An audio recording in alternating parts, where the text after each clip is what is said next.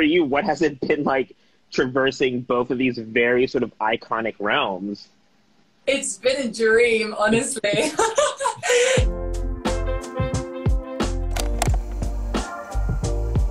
It's so nice to talk to you again. How have you been?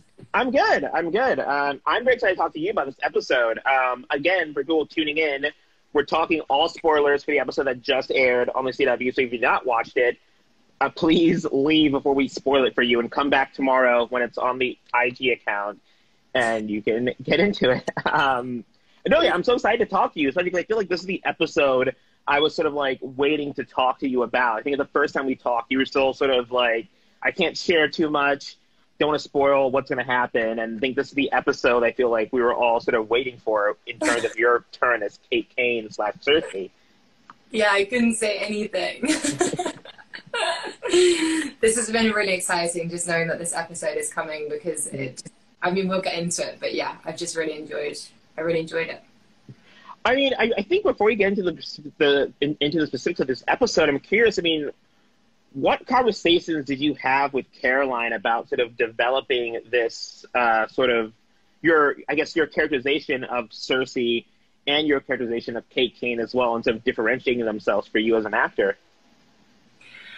Oh my goodness, me and Caroline and I spoke so much. There was a lot of work done on Circe and Kate, because we wanted to make a very clear differentiation. Because obviously Kate is a hero, and we didn't want people to get her mixed up with a villain. We wanted them to know that that isn't Kate and that it's Circe. She's being hijacked by Circe. So we spent a lot of time just working together and just kind of collaborating our ideas and getting on the same page with both characters. And she was great, and she threw so many ideas to me, and likewise, and then we kind of ended up finding like the equilibrium. But she gave me so much creative like choice, and I just got to choose so much, which doesn't really happen that often. But yeah, so. I mean, I think the one thing that I found very interesting about this episode, I think, was it was the first time, at least for me, watching where I noticed the vocal difference between how you speak as Kane and how you speak as Circe. I guess how did you develop the sort of Circe voice? Did you draw anything for inspiration? It was just so important to me to make them so different that whatever I could authentically utilize to do that, I wanted to monopolize on it, you know. So I think the voice for me was, I love evil voices. Rachel does it so well with Alice, and I just didn't want Kate to have that same voice. I wanted them to juxtapose each other, and I felt like the voice was just a really good way to do that as well. I guess, in developing, I feel like you could have taken Circe in many directions. I guess, did you look to anything as a sort of inspiration for what kind of voice you wanted to give Circe, or were there, were there guidelines in the script for you, or was that just sort of what you did in your own sort of preparation for shooting? The writing was amazing, and it really, really helped. But there was nothing specific about the voice. I think the main inspiration for the voice was that Circe is a very calm and cold and collected villain. And it felt natural that she would have this kind of, she would take her time, sorry, I'm just doing it, that she would take her time with the things that she said. And I feel like she's the kind of villain who can turn her back on you, as in physically turn her back to you, because she knows you're not even going to dare try and attack her. So I wanted that cold and calculation to come through vocally with her. Whereas Kate's very genuine and authentic and connects with people. So I wanted that for Kate. I feel like these two episodes have been very big ones for you in terms of sort of just like throwing you into the deep end of sort of Kane's life, and sort of you just having to both like not only play Kane but also play Circe. I mean, we talked about Circe part, but for you with this episode especially, I mean, what was it like getting to sort of move around the set of Batwoman as sort of Kane, this character people who watch season 1 are very familiar with? What was it like to you to sort of step into her shoes and to like visit all these spots with which like this character should be familiar with after a year, but you're coming in a year after that sort of, I guess there's a long time difference between like what Kate knows and what you know as the actor. What was it like to go through that experience? Yeah, I really wanted to do as much research as possible, because I knew that Kate was very familiar with her surroundings and with the people in her life, and I needed to, you know, up my own knowledge on them to make that authentic and to kind of give that justice. For me as an actor, it was very surreal, kind of coming onto the set of especially Wayne Enterprise and the Batcave. They were two very surreal sets for me, as you can imagine. Just because I watched season 1 anyway, so it was it was just very surreal, but it was incredible. And then I think it was important for me to portray that as Cerseis / Kate going into the Batcave, that kind of like abundance of just kind of taking it all in, but also having that ulterior motive behind it all, and that's kind of what I wanted to get across to the viewers. I mean, I will say, like, I think you're just like a very, very active in the sense that you've been a part of such iconic properties in the DC universe, with Krypton, a part of Superman's origin story, and then now Batwoman, part of Batwoman's sort of story. I mean, for you, what has it been like traversing both of these very sort of iconic realms? It's been a dream, honestly. Like, there's no way I can like, style that out and be like, yeah, you know, it's just a job. Like, I fully freak out. It's just so surreal. And I felt so lucky and so grateful to be able to portray Nyssa, who obviously ended up being Superman's grandmother. And then to now have this opportunity as well is just, yeah, I don't know. Pinch me. You're speechless. Yeah, I'm speechless. That never happens. I feel like this episode, I mean, so I guess I want to open up to you, I guess, first. I mean, what was your favorite scene in this episode, or favorite moment you had seeing this episode? I did love the fight scene, but I think probably the really evil stuff. So the kind of when she's twisting the knife into Sophie. You know, it was the easiest thing I ever did to you, and you're not going to shoot me because you love me, that whole thing. I love those moments. And also working with those guys is just amazing. They're all amazing. So it was great. What made those moments so interesting for you as an actor? Being able to being able to just do that switch and just take it 100 to the next level. And I spoke to Chad and James, the incredible writers of this episode. I've been blessed to work with them before on Krypton. And I spoke to them, and they were just like, you know what, just run with it. Just kind of do whatever you want. Like, we believe in you. And so to have that freedom and that opportunity was it just made it so much fun. And that's exactly what we did.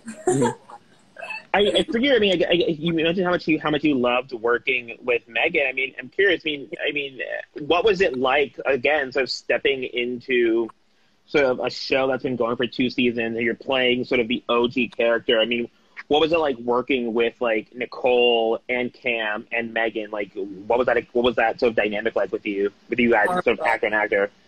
Save me. No, I'm joking. It wasn't horrible. It was. They are so welcoming, and they're so supportive, and they have so much time to kind of catch me up to speed with everything. And they were just so giving off screen as well. So, you know, when it's my shot as actors, they just really gave it to me. And I think it's so easy to just kind of react to someone's acting if they're good at it. And they all are, obviously. So it was very seamless almost. I mean, you mentioned the fight with Javicia. I mean, I feel like that fight was really intense, very brutal. I mean, what was it like to shoot? Like, what was the experience like shooting that? Like, how much of that was you? How much of it was a stunt double? I mean, did you wish you did more? Did you wish you did less, maybe? Or what was the process of shooting all that? I always want to do more. Come on. We did as much as they would let us do. Our stunt doubles are incredible. And we're so blessed to have them because they, like I've said it before, but they are the true superheroes. But working with Javicia is amazing. Again, she's just such an incredibly talented actress, and she would kind of go over the moves the choreography with me as much as I wanted to, which was amazing, and also sometimes doesn't happen. So I was really appreciative of that. But I think just being able to, when we knew it so well, just being able to perform it, it's kind of like a dance, and it just, when you both are in that moment, it's just like nothing else. It doesn't feel like you're on set, it just feels like a dance, and that can be very rare. So props to Javicia as well. And I feel like especially with a network show, you guys don't get a lot of rehearsal time. Did you get any sort of rehearsal time for that fight at all, or was it just sort of like on the day of, sort of just going sort of beat by beat?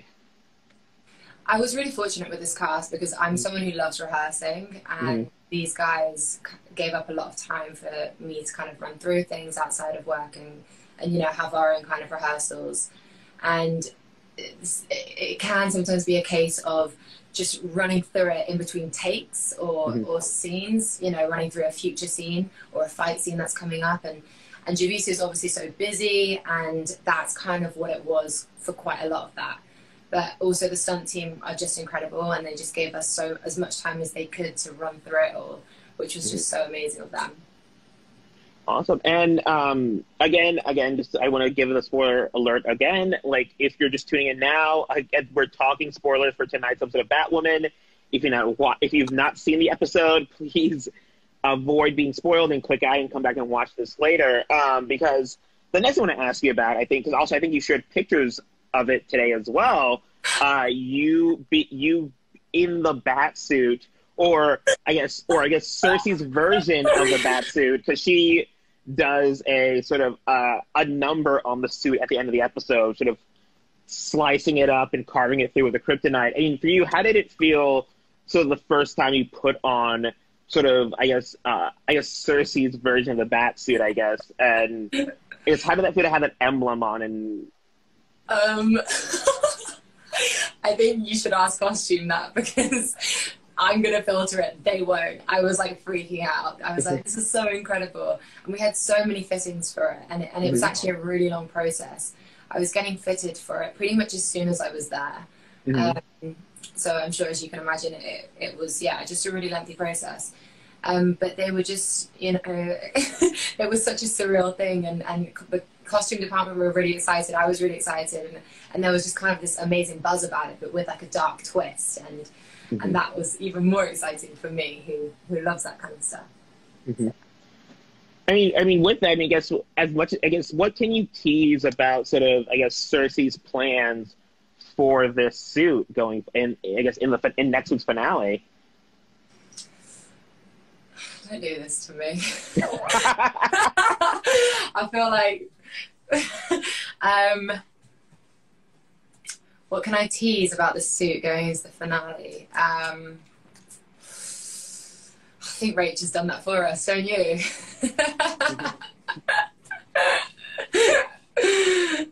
I don't want to lose my job, so I'm just going to stay put on this one. Okay, I guess better question outside the suit in general. I mean, to get people excited about the finale, I mean, what would you sort of preview for the finale? Or and especially, like, what's the most exciting thing you have to do in the finale, I guess? Oh, okay, yeah. Well, oh my gosh, the finale is incredible. This ep is definitely one of my favorites, but possibly on the same level as the finale. Like, I love both of these episodes. And this, I think for the Kane fans, they're going to love what happens in the finale. And I think for the people who love the twin dynamic and the Kate and Alice dynamic, they're going to love that, because we don't mess about. We go in. And yeah, that's kind of all I'm going to spoil. But I am going to say that there's a connection. You know, we go back, and it does like a full circle. And I think the fans are going to really, really like it. Well, I hope so. I mean, I'm not sure if Rachel's still watching, but I think one of the things, as a viewer of Batwoman, one of the things I loved on the show is just watching Rachel's performance as Alice, which I think is just so like delightfully weird and unhinged, yet very sort of like very endearing in a sort of twisted way. I mean, for you, what is it like to sort of be on set in a scene with Rachel as Alice and sort of in just doing that work together? Well, I mean, she's basically Alice in real life anyway. No, I feel like they could not be more opposite, which is a testament to Rachel's acting. Honestly, it's incredible. And being in a scene with Alice is an experience for sure. I don't know if you've ever done a set visit, but you should. Okay, you should come and do one next season. But yeah, so it's sorry, I lost my train of thought. It's amazing. Rachel can kind of just switch on and off, which is so fascinating to see. So yeah. And I guess, I mean, my last thing for you, I guess, we've had you on for a minute. I mean, I think the one other sort of really sort of great aspect of this episode, too, is sort of the fact that we have Circe infiltrating the Bat Cave and also taking all of these sort of very sort of iconic Batman rogue toys, you know, Poison Ivy's vine. I think there's a shot of Bane's venom and of Joker's flower. I guess how much do those figure into sort of the finale, but especially sort of Circe and Black Mask's sort of plan, I guess. It's all going to play out, and you're going to see how it's going to play out in the finale. But it's gonna be the first spoiler teaser set up for season 3. I think all I can say on that.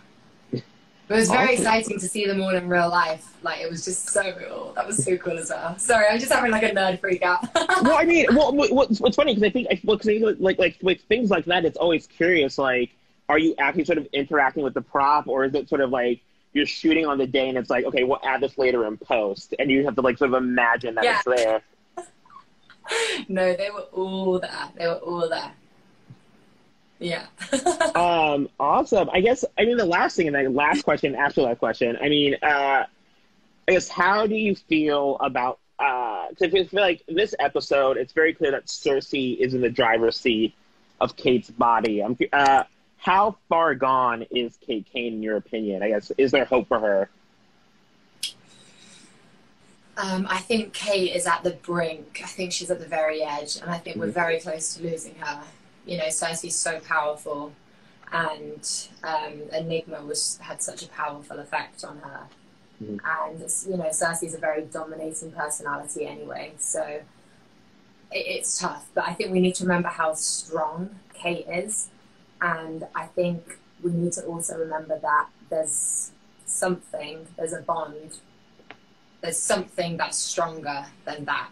And I think that's the key to getting Kate back.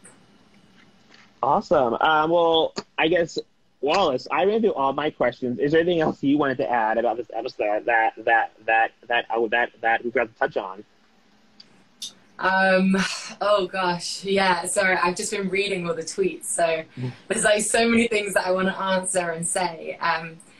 I think I would just want to kind of thank everyone for the experience, and also just thank you for your time. But to also say that if you thought this episode was good, wait till the next one, because it's just amazing. Awesome. Well, Wallis, thank you so much for hopping on tonight and for joining us. Hopefully we'll talk again about Batwoman. I'm looking forward to the finale because I have no idea what's going to happen, so I'm very excited. I'm sure we will speak soon. Thank you as well for your time. And again, everyone tuning in, Batwoman airs Sundays at 9 p.m. on the CW. And next week is the finale, so you definitely do not want to miss that. Again, thank you, Wallis, for joining us tonight, and have a great night, everyone. Likewise, and thank you, everyone, for joining. Bye. Yeah.